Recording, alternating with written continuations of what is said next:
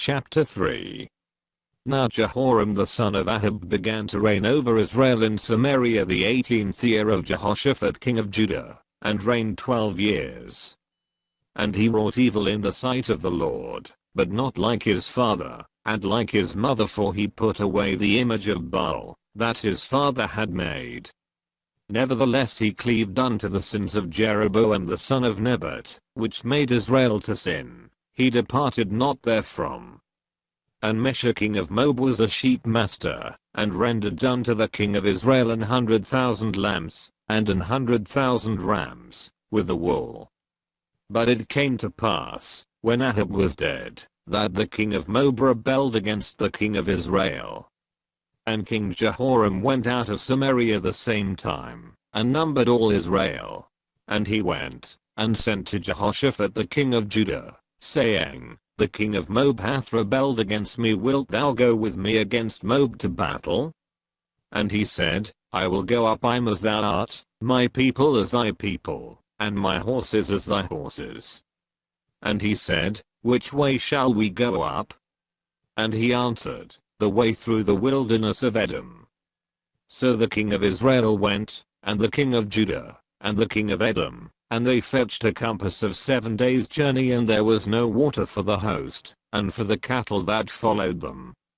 And the king of Israel said, Alas, that the Lord hath called these 3 kings together, to deliver them into the hand of Moab.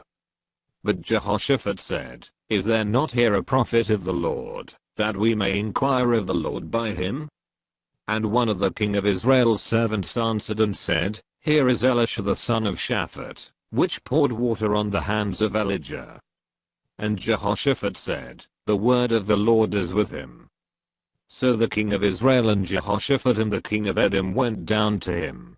And Elisha said unto the king of Israel, What have I to do with thee? Get thee to the prophets of thy father, and to the prophets of thy mother.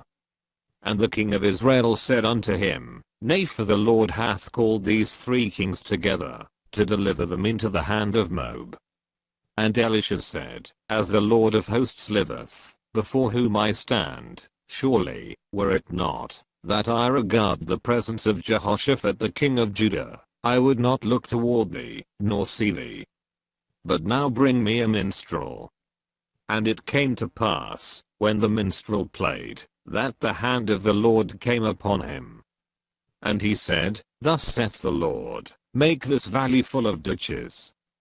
For thus saith the Lord, Ye shall not see wind, neither shall ye see rain, yet that valley shall be filled with water, that ye may drink, both ye, and your cattle, and your beasts.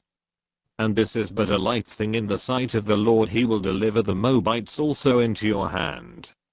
And ye shall smite every fenced city, and every choice city, and shall fell every good tree, and stop all wells of water, and mar every good piece of land with stones.